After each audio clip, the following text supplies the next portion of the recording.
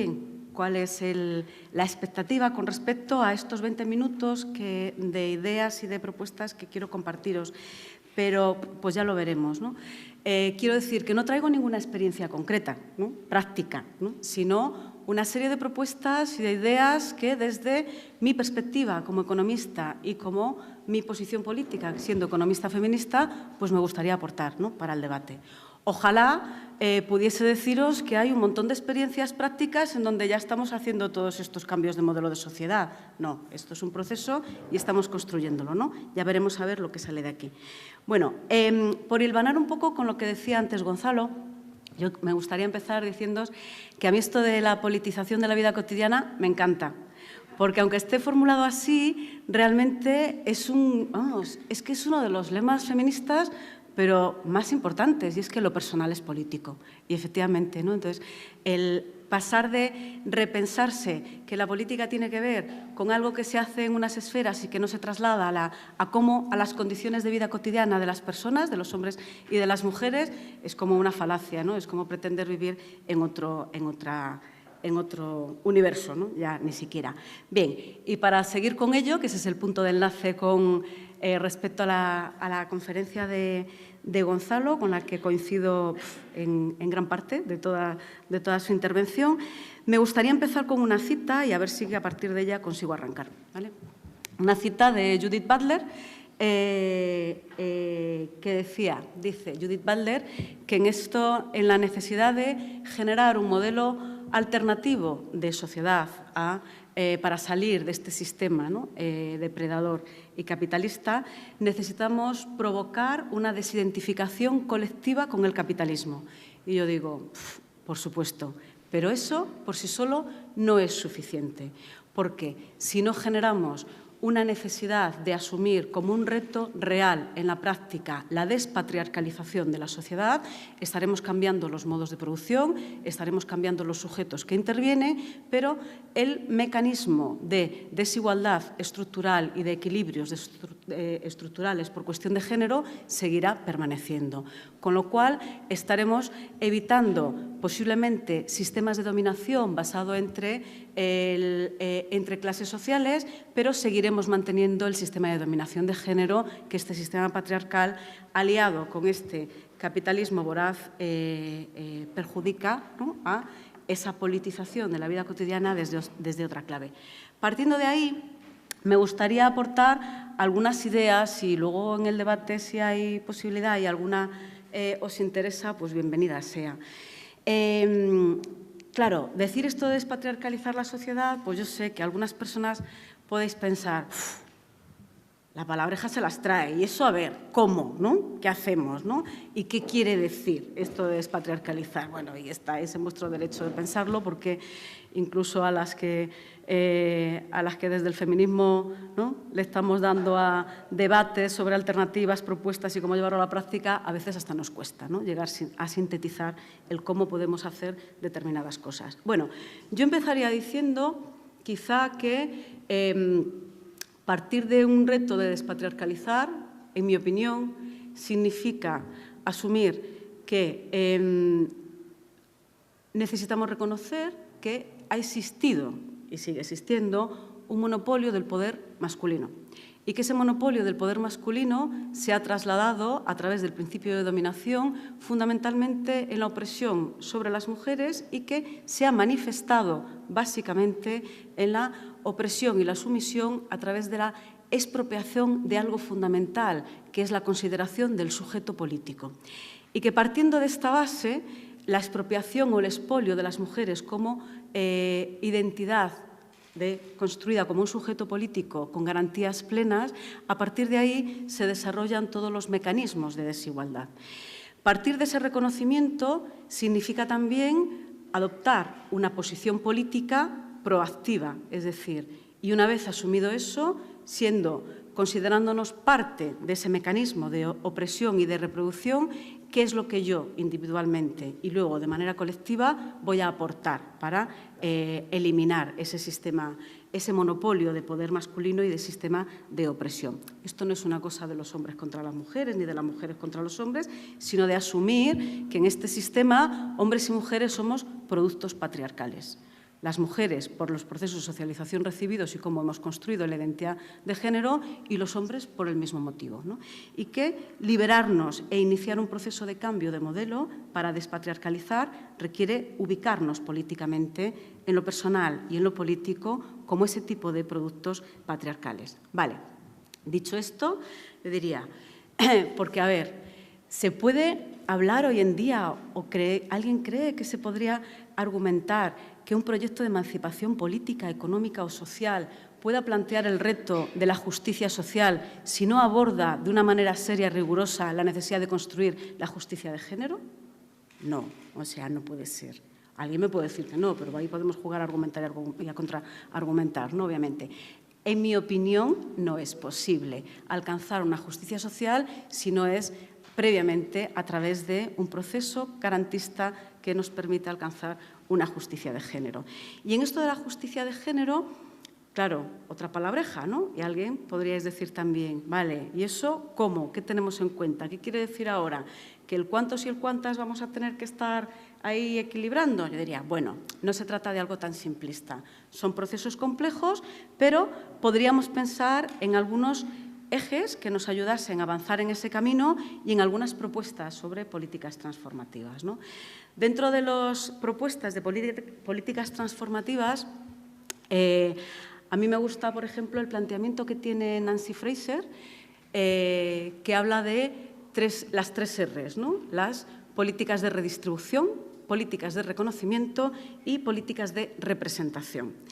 Y en esto de la redistribución tiene que ver con cuál es el equilibrio de reparto, porque la redistribución existe, otra cosa es el equilibrio, ¿no? Hay quien tiene y hay quien no tiene, ¿no? Hay quien tiene algo de una manera y hay quien tiene algo pero que tiene un menor valor o un mayor valor. Entonces, ¿cuál es el criterio de reparto y qué es lo que vamos a repartir, ¿no? Bueno, en el planteamiento desde la economía feminista o en uno de los planteamientos más consensuados desde la economía feminista, el criterio de reparto es el de la equivalencia humana, fundamentalmente, que tiene que ver con que cada vida vale lo mismo que las demás, ¿no? No hay ninguna vida que vale más que otra. Y a partir del establecimiento de ese principio o ese criterio, se establecen una serie de conceptos, principios, valores que se van desarrollando. Decir que el principio es el de la equivalencia humana es decir que asumimos la igualdad como principio ético y político a la hora de diseñar esas alternativas o esos otros modelos, ¿no? Modelos y propuestas, ¿no? De aplicación práctica. Vale. Entonces, el criterio de reparto, desde un planteamiento feminista para la economía, es el de la equidad, ¿no? Es decir, el de la misma distancia para desarrollar plenamente nuestras capacidades, ¿no? Fundamentalmente. Bien, entonces, si ese es el criterio de reparto, veamos qué repartimos, ¿no? En las políticas de redistribución a las que me refería antes, yo incluiría, por ejemplo, ¿qué vamos a redistribuir? Vamos a redistribuir o deberíamos plantearnos o podríamos plantearnos la necesidad de redistribuir los recursos materiales, recursos económicos y recursos de conocimiento que garanticen el ejercicio pleno de los derechos en condiciones de igualdad, ¿no? Y que garanticen a las personas el desarrollar proyectos de vida independientes desde la interrelación. Esto de la interrelación es porque para deconstruir una de las falacias del neoliberalismo y del capitalismo, a las que se refería antes Gonzalo, ¿no? Que nos ha hecho o nos ha generado la percepción de que solo desde un desarrollo individualista, ¿sí? Y a través de una independencia total y absoluta podemos alcanzar una carrera de éxito, sea lo que sea eso, ¿no? Con todo ello. Entonces, es de construir precisamente ese modelo, ¿no? Una cosa es desarrollar proyectos de vida desde la independencia, pero asumiendo la interrelación con otros seres. Vale, entonces, redistribución de recursos desde el criterio de equidad, ¿no? Materiales, económicos y de conocimiento. Utilización del tiempo como factor posibilitador de ese reparto en equidad de los recursos. En estos momentos, uno de los factores de desigualdad de género, cuando analizamos qué es lo que está pasando con la participación de hombres y mujeres en la economía, en los diferentes ámbitos de toma de decisiones, uno de los factores de desigualdad que nos encontramos es precisamente el uso del tiempo. No el tiempo, que es el mismo para todo el mundo, ¿no?, sino en cómo lo utilizamos, de qué manera y en qué ámbitos, ¿no? Y eso qué nos posibilita o qué nos posibilita. Vale. Eso en cuanto a propuesta de redistribución. Decía, Fraser habla también de las políticas de reconocimiento que tienen que ver con hacer emerger el valor que no está asignado social ni económicamente dentro de este sistema. Y el valor que no está asignado dentro de este sistema quiere decir de construir, por ejemplo, uno de los valores que caracterizan al sistema patriarcal, que es el androcentrismo, y que significa o que supone una carga para la población masculina y una carga para la población femenina, que asigna valores desiguales y expectativas también diferentes, ¿no?, para hombres y mujeres. Bueno, en estas políticas de reconocimiento, yo creo que una de las mayores aportaciones que hacemos desde la economía feminista es precisamente la necesidad de poner, de valorizar las necesidades de las personas en el centro de las agendas políticas económicas y la necesidad de incorporar el cuidado o de hacer emerger el cuidado como una necesidad asumida colectivamente desde la responsabilidad social compartida. Y la responsabilidad social compartida no estoy hablando de la responsabilidad social corporativa de las empresas, sino el asumir, ¿no?, como parte de la ciudadanía que satisfacer las necesidades de cuidado, las propias y las de otros seres, es una responsabilidad que asumimos colectivamente y que, por lo tanto, tiene que tener una materialización en cómo diseñamos las políticas públicas, qué priorizamos a la hora de invertir en servicios públicos y cómo distribuimos los trabajos, los remunerados y los no remunerados, para garantizar que todos y todas asumimos esa responsabilidad de una manera colectiva. El otro tipo de política que plantea Fraser para establecer esos avances en la despatriarcalización son las políticas de representación o participación, que yo ligaría con los procesos de empoderamiento, ¿no?, realmente. Es decir, si no hay una participación plena de hombres y mujeres en los diferentes ámbitos sociales, económicos y políticos, difícilmente podemos hablar de que esos procesos de empoderamiento ciudadano se están construyendo desde el principio de la equivalencia humana. ¿Vale? 3 propuestas de políticas y con esto algunos ejes, ¿no?, para repensar cosas, ¿no?, en esto de cómo avanzamos en lo de la despatriarcalización. Uno de los ejes podría ser el cuestionarnos, a ver si no me olvido de ninguno. Primero, ¿qué vamos a hacer en este cambio de modelo de sociedad con la mercantilización? Es decir, ¿qué es lo que vamos a hacer pasar por el mercado o por el sistema de intercambio, ¿no?, por decirlo de alguna manera? ¿Todo? ¿Solo algunas producciones? O sea, ¿qué vamos a producir? ¿Qué vamos a comercializar? ¿Qué vamos a intercambiar? ¿Y en qué condiciones, ¿no? ¿Son los cuidados un elemento mercantilizado? ¿Son los seres humanos materiales para ser mercantilizados? O sea, iniciar todo este proceso de desmontar fundamentalmente el valor que tiene o la preeminencia que tiene en este sistema actual la mercantilización de la vida, precisamente para deconstruirla.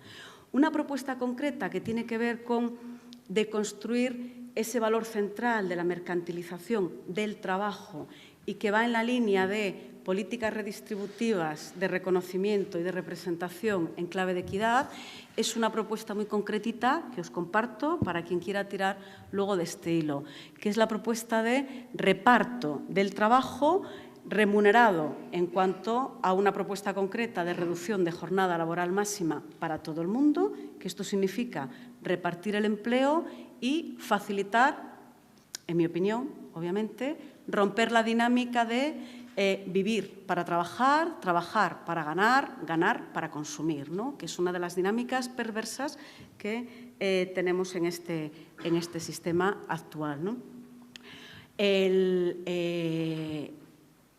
Decía, ¿no? Entonces, una propuesta basada en, por ejemplo, la reducción de la jornada laboral máxima para todo el mundo, permitiría construir, ¿no?, proyectos desde la autosuficiencia económica, de manera que todas las personas pudiésemos acceder, ¿no?, a un trabajo remunerado que generase unos ingresos con los que pudiésemos desarrollar un proyecto de vida, ¿no?, o unas prioridades de proyectos vitales de vida. Y además nos permitiría redistribuir los usos del tiempo o los tiempos disponibles para satisfacer otras dimensiones de nuestras vidas, es decir, abandonar esa idea loca y perversa de que la mayor parte de nuestro tiempo está orientado a estar produciendo mercantilmente en el sistema económico. Y eso nos liberaría tiempo no solo para el desarrollo personal, sino para participar en ese reparto en equidad de las responsabilidades de cuidado, ¿no?, fundamentalmente, ¿no?, que en este momento están siendo asumidas exclusivamente por las mujeres, a pesar de que algunos varones os vais incorporando, pero todavía no es excesivo. Bueno, otro de los ejes para valorar o cuestionar, ¿no?, o darle vueltas, es el de la emancipación, de cara a esta propuesta de modelo alternativo desde la economía feminista. Es decir, ¿cómo vamos a plantear en las propuestas de modelo la emancipación de las personas, ¿no?, la emancipación política y económica? ¿Va a ser la construcción de los derechos a través del salario familiar? Es decir, ¿vuelve a ser otra vez el valor central el tener un trabajo remunerado para la adquisición de derechos, o es un planteamiento de emancipación política y económica a partir de derechos de ciudadanía, ¿no? ¿Qué es lo que vamos a universalizar? El acceso al trabajo remunerado para adquisición de derechos colectivos, o la construcción de ciudadanía plena, ¿no?, desde otro planteamiento de reparto colectivo. Vale. Otro de los ejes para avanzar en esa despatriarcalización que os planteo podría ser el de construir alianzas amplias como respuesta política, consecuencia de los procesos de empoderamiento ciudadano, y que tengan un eje común, que sea la alianza antipatriarcal, es decir, alianzas antineoliberales, sí, pero vuelvo a la cita de Judith Butler. Si no asumimos como reto despatriarcalizar la sociedad o combatir de una manera firme el patriarcado, el sistema patriarcal, estaremos permitiendo mantener el sistema de dominación de género que caracteriza al sistema económico actual. Bueno, entonces, esas son algunas de las propuestas, tanto de ejes de políticas como ejes de despatriarcalización, para analizar. Yo añadiría quizá otro que tiene que ver con el cambio de modelo y cómo lo medimos, o qué utilizamos como indicador para avanzar en el mismo, que sería la necesidad de,